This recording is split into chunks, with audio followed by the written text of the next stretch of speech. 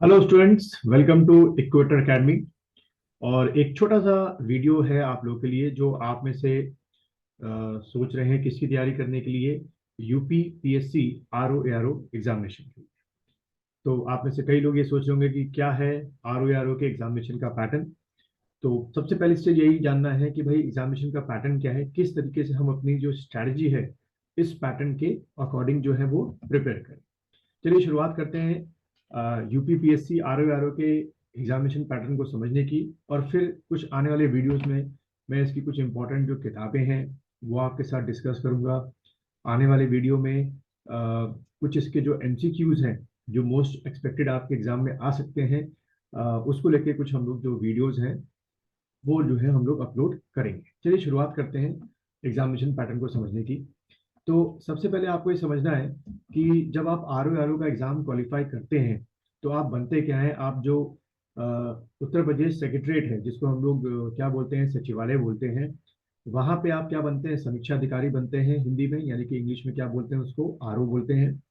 या फिर आप यूपी पीएससी जो है लोक सेवा आयोग, वहां पे समीक्षा अधिकारी बनते हैं, या बोर्ड ऑफ रेवेन्यू में बनते हैं, या चीफ इलेक्शन ऑफिसर जो होते हैं वहां पे आप बनते हैं।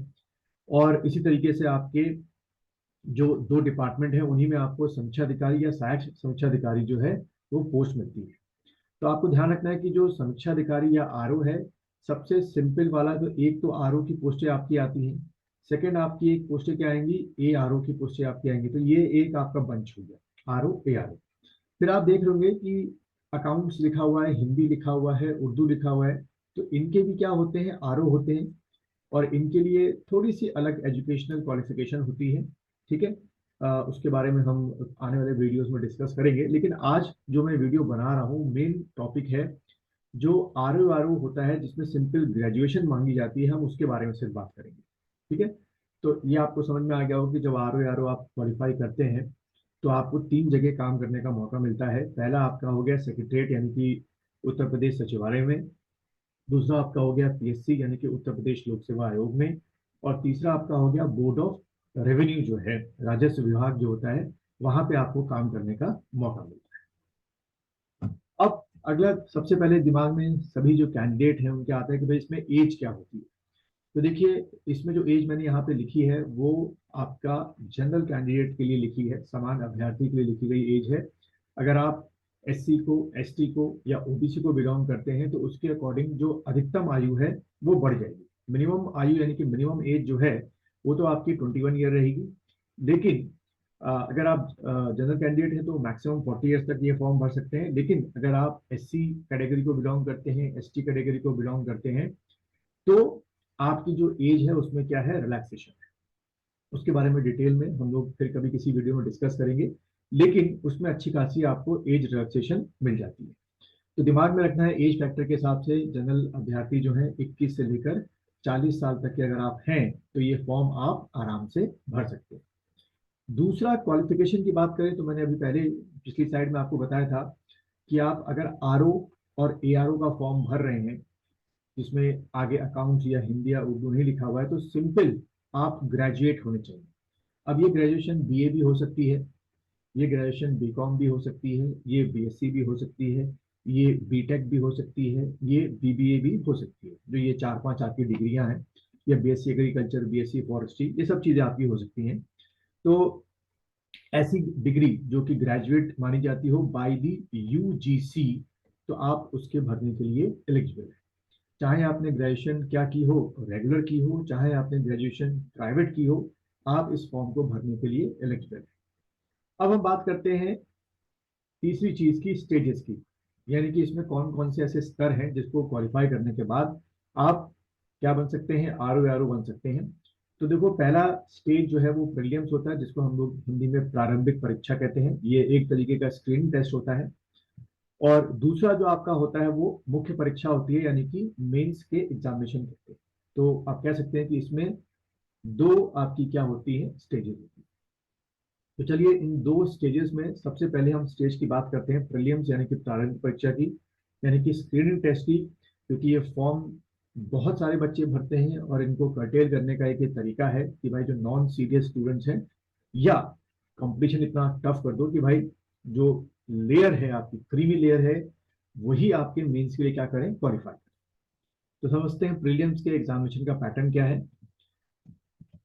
तो देखिए, आपका जो प्रीलिम्स यानी कि जो प्रारंभिक परीक्षा है आपके आरओ एआरओ की, उसमें आपको पहला पार्ट जो मिलेगा वो जनरल स्टडीज का मिलेगा, जो कि ऑब्जेक्टिव टाइप होगा। यानी कि आपको क्या मिलेगा, एमसीक्यू क्वेश्चन मिलेगा, मल्टीपल चॉइस क्वेश्चन।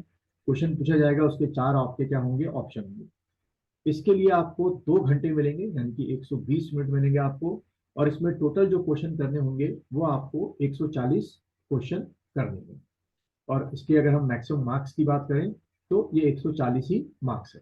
ठीक है। फिर इसी तरीके से आपको जो दूसरा पार्ट मिलेगा आपके पेपर में, वो मिलेगा जनरल हिंदी का। ये भी आपका एमसीक्यू टाइप होगा।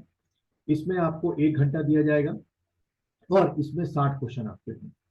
यानी कि जो प्रारंभिक परीक्षा होगी उसमें टोटल जो आपके क्वेश्चन आएंगे, अगर मैं बात करूं तो 140 प्लस आपके 60, कितने, 200। ठीक है। तो मुख्य परीक्षा के लिए इसी 200 में से क्या करती है, मेरिट जो है बनती है। अगर मैं समान अभ्यर्थी की बात करूं तो एक एवरेज, अगर आप 200 में से 135 प्लस में, या और सेफ साइड अगर आप चाहिए तो 140 प्लस में सही क्वेश्चन करके आते हैं, तो आपका मुख्य परीक्षा के लिए नाम आता है। लेकिन ध्यान रखिएगा, पेपर के लेवल के अकॉर्डिंग, कितने बच्चे आपके बैठे हैं उस साल, उसके अकॉर्डिंग ये मेरिट जो है वो नीचे भी आ सकती है। ऊपर तो बहुत रेयर होता है कि 150 चली जाए, 152 चली जाए, लेकिन ज्यादा से ज्यादा नीचे जाएगी तो 125 जाएगी, 128 जाएगी। लेकिन एवरेज देखा गया है पिछले कई सालों में कि ये मेरिट 135 और 140 के बीच में ही चलती है। ये आपको ध्यान, एवरेज बता रहा हूँ। कई बार 142 भी हो सकती है, कई बार 143 भी हो सकती है, कई बार 132 भी हो सकती है। तो उम्मीद है आपको ये समझ में आ गया होगा कि मुख्य प्रारंभिक परीक्षा में आपको जनरल स्टडीज का पेपर जिसमें 140 क्वेश्चन है, जनरल हिंदी का पेपर जिसमें 60 क्वेश्चन है, यानी कि टोटल 200 क्वेश्चन को आपको क्या करना है, आपको टैकल करना है, आपको इसी को पार करना है। और 135 प्लस अगर आप लेके आते हैं तो आप मुख्य परीक्षा के लिए चुने जाते हैं। अब एक एक करके हम लोग समझते हैं कि जनरल स्टडीज जिसमें 140 क्वेश्चन है वो क्या चीज है, उसमें कौन कौन से क्वेश्चन है। तो जो आपका यूपी पीएससी के द्वारा दिया हुआ जो सिलेबस है, जो पाठ्यक्रम है, वो आपका ये दे रखा है। जैसे कि इसमें आपका जनरल स्टडीज में यानी कि टोटल जो आपके कितने हैं, 140 क्वेश्चन है। उसमें क्या क्या आएंगे, जनरल साइंस आएगा आपका, जिसमें आपका जूलॉजी, बॉटनी, फिजिक्स और केमिस्ट्री और एनवायरमेंट हो गया। ठीक है। फिर उसके बाद हिस्ट्री ऑफ इंडिया हो गया, इसमें एंशियंट, मिडवल, मॉडर्न, यानी कि प्राचीन, मध्यकालीन और आधुनिक भारत हो गया। फिर इंडियन नेशनल मूवमेंट हो गया, जो आज़ादी के लिए अलग अलग मूवमेंट चले थे उसके बारे में। चौथा, Indian polity, economy and culture आपका हो गया। इंडियन एग्रीकल्चर, कॉमर्स, ट्रेड, ये आप मान सकते हो कि इकोनॉमिक्स का एक बहुत बड़ा पार्ट है आपका। देन आपका इकोलॉजी, अर्बनाइजेशन हो गया। वर्ल्ड ज्योग्राफी में आप मान के चलिए फिजिकल ज्योग्राफी और वर्ल्ड ज्योग्राफी आपका एक साथ पढ़ेंगे। पूरे आपके एक साल के करंट अफेयर्स आपके हो गए। ये जो जनरल इंटेलिजेंस ये था, इसमें आपका मेन तौर पे क्या होगा, रीजनिंग और मैथ्स होगा। और special knowledge regarding the education, या कह सकते हो कि आपका इसका जीके, आपके उत्तर प्रदेश का जीके के क्वेश्चन यहाँ पर आते हैं। तो इनसे मिलके आपका क्या बना हुआ है, ये 140 क्वेश्चन बनेंगे।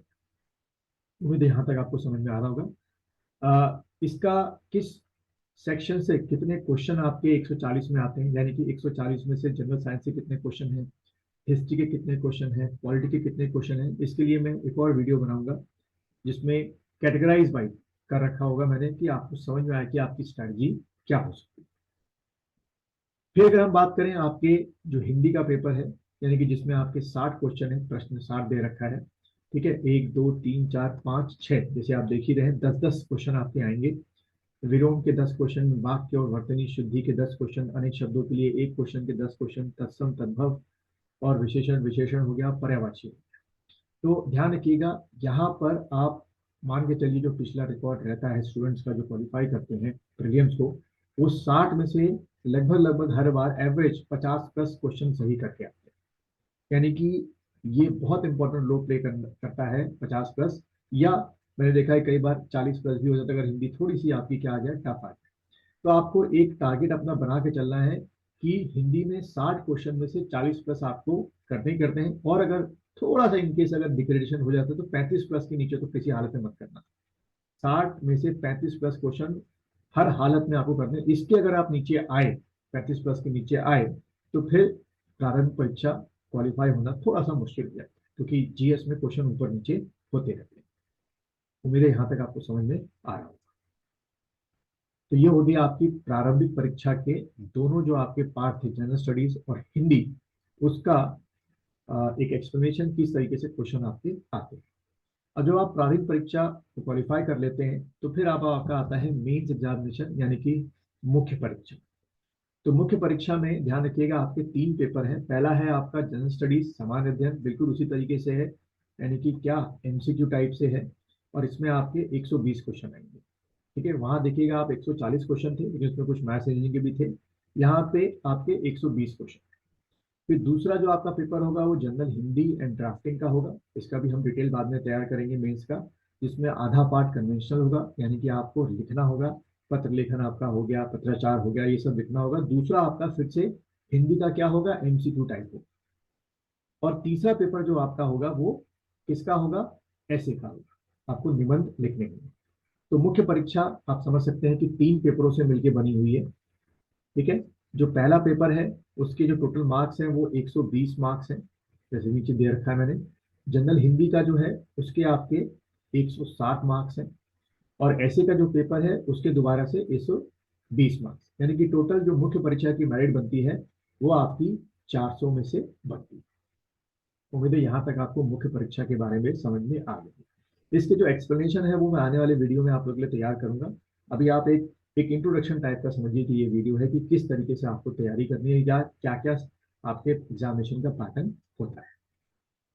उम्मीद है आपको यहाँ तक दोनों चीजें समझ में आ गई। अब अगर आप आ, हमारे इंस्टीट्यूट से ऑनलाइन कोचिंग लेना चाहते हैं तो आपको क्या करना है कि इस वीडियो के डिस्क्रिप्शन में मैंने लिंक दे रखा है हमारी ऐप का। हमारी ऐप का नाम है इक्वेटर डूम। आपकी ऐप है, गूगल प्ले स्टोर में टाइप करेंगे, या आप यहाँ से लिंक से भी जा सकते हैं। ये मैंने कोर्स आप लोगों के लिए तैयार कर रखा है, किसके लिए, प्रारंभिक परीक्षा के लिए। और कौन सा, जो आपका पहला पार्ट है जनरल स्टडीज, उसमें जितने भी आपके जनरल स्टडीज के टॉपिक हैं, चाहे वो हिस्ट्री हो, ज्योग्राफी हो, पॉलिटी हो, करंट अफेयर्स हो, इकोनॉमिक्स हो, साइंस हो, सारी चीजें इसमें कवर अप कर रखी हैं। जो आपके टोटल 140 क्वेश्चन में से जो जीएस के लगभग लगभग क्वेश्चन आते हैं 130 के आसपास, वो सारी चीजें उसमें तैयार है। रीजनिंग और मैथ्स उसमें नहीं है इस आपके कोर्स में, लेकिन जीएस आपको आपकी यूपी से लेकर जनरल स्टडीज सारी मिली। तो आने वाली वीडियो को रखिएगा ध्यान। मैं इसी को यूपीपीएससी आरओ को लेकर, जो और मैंने आपको अभी बताया था कि किस सेक्शन से कितने क्वेश्चन आते हैं, इसको लेकर वीडियो बनते रहेंगे। और लगातार मैं आप लोगों को छोटे छोटे वीडियोस एमसीक्यू टाइप के देता रहूंगा, जिससे आपकी एक प्रैक्टिस भी होती है।